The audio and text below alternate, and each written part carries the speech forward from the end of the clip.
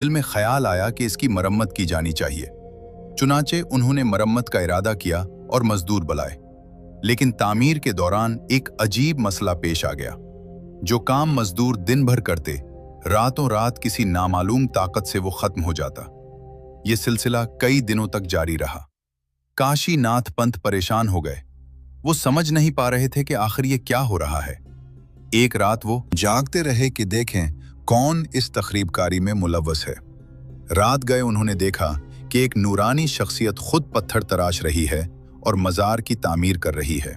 वो करीब गए तो उन्हें यकीन हो गया कि ये कोई और नहीं, खुद बाबा साहब हैं, जो मौजज़ाती तौर पर अपने मज़ार की तामीर में मसरूफ़ हैं। सुबह होते होते मज़ार मुकम्मल हो गया। मजदूरों का कोई काम नहीं रह गया था। काशीनाथ पंत ने इस वाकया को लोगों तक पहुंचाया और सबको यकीन हो गया कि बाबा साहब की रूहानी ताकत आज भी कायम है और वो अपने मुरीदों की हिफाजत कर रहे हैं। ये वाकया आज भी मकामी लोगों की ज़बानी सुनने को मिलता है और अकीदतमंदों के ईमान को मजीद पुख्ता करता है। लेकिन मज़ार की तामीर के बाद एक और मसला खड़ा हो गया। अब इंतजामिया का तनाज़े था कि इस मज़ार को कौन चलाएगा, हिंदू या मुसलमान। दोनों गिरोहों में इख्तलाफ बढ़ता गया और मामला अंग्रेज कलेक्टर तक पहुंच गया। यह 1817 का वाकया है। अंग्रेज कलेक्टर ने दोनों फरीकों को सामने बुलाकर एक मुनफरिद हल निकाला। उसने कहा कि कुरा डाला जाएगा और जिसका नाम निकलेगा वही मुंतजिम मुकर्रर होगा। चुनाचे कुरा डाला गया। पहली बार काशीनाथ पंत का नाम निकला। मुसलमानों ने कहा कि यह इत्तेफाक है, दोबारा डालें। दूसरी बार फिर काशीनाथ पंत का नाम निकला। अब मुसलमानों ने कहा कि तीसरी बार भी डालें, शायद कोई तब्दीली आए। तीसरी बार फिर वही नाम निकला। ये एक मोजज़ाती वाकया था जिसने सबको हैरान कर दिया। इसके बाद से ये मुनफरिद रिवायत कायम हुई कि दरगाह का इंतजाम एक हिंदू बिरमन खानदान और एक मुसलमान खानदान मिलकर करते हैं। काशीनाथ पंत का खानदान यानी कितकर खानदान वो हियोतदार यानी मुंतजिम मुकर्रर हुआ और अंसारी खानदान मुस्लिम मुतवल्ली के तौर पर काम करता रहा। ये सिलसिला सदियों तक चलता रहा और आज भी किसी न किसी शक्ल में मौजूद है। 1954 में सुप्रीम कोर्ट ऑफ इंडिया में इस दरगाह से मुताल्लिक एक केस आया। अदालत ने अपने फैसले में कहा कि यह दरगाह एक मखलूत ढांचा है जिसे न सिर्फ हिंदू कानून के तहत चलाया जा सकता है और न सिर्फ मुस्लिम कानून के तहत, बल्कि उसके अपने मखसूस रस्म और रिवाज हैं जो सदियों से चले आ रहे हैं। ये एक तारीखी फैसला था जिसने इस दरगाह की मुनफरिद हैसियत को तस्लीम किया। अब हम बात करते हैं उन रसूमात और रिवायात की जो आज भी इस दरगाह में अदा की जाती हैं। हर साल फरवरी ता मार्च में बाबा साहब का सालाना उर्स मुनाकिद होता है। इस मौके पर संदल पालकी की खुसूसी रस्म अदा की जाती है।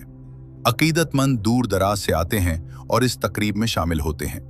माघ पूर्णिमा के मौके पर बड़ा मेला लगता है जिसमें मुंबई, कल्याण, ठाणे और आसपास के इलाकों से हजारों लोग शिरकत करते हैं। इस उर्स की सबसे बड़ी खुसूसियत यह है कि इसमें हर मजहब और हर तबके के लोग शामिल होते हैं।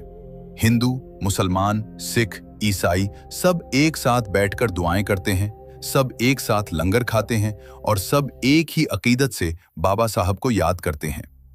ये मंजर वाकई काबिल दीद होता है कि कैसे मजहब की दीवारें गिरें जाती हैं और सिर्फ इंसानियत बाकी रह जाती है।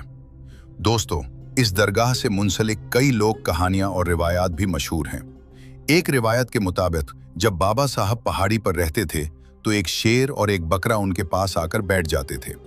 दोनों में कोई दुश्मनी न थी, दोनों एक साथ पानी पीते थे और एक साथ चारा खाते थे। ये बाबा साहब की रूहानी ताकत का करिश्मा था कि जंगली जानवर भी उनकी मौजूदगी में अमन से रहते थे। एक और रिवायत है कि कुछ चोरों ने बाबा साहब की दरगाह से जेवरात चुराने की कोशिश की, लेकिन जैसे ही वो अंदर दाखिल हुए उन पर अंधापन तारी हो गया और वो बाहर निकलने का रास्ता नहीं पा सके। सुबह जब अकीदतमंद आए तो उन्होंने उन चोरों को दरगाह के अंदर बेहोश पड़ा देखा।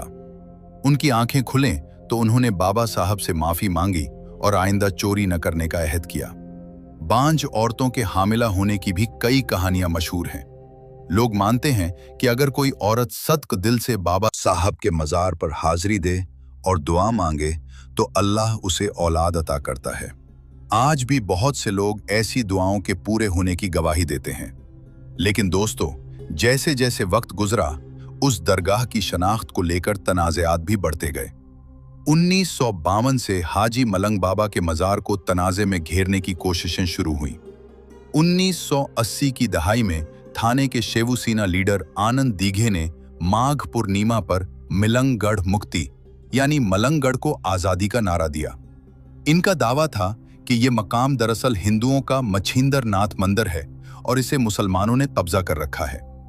1996 में आनंद देघे ने मुबैना तौर पर दरगाह के अंदर शेवुसीना के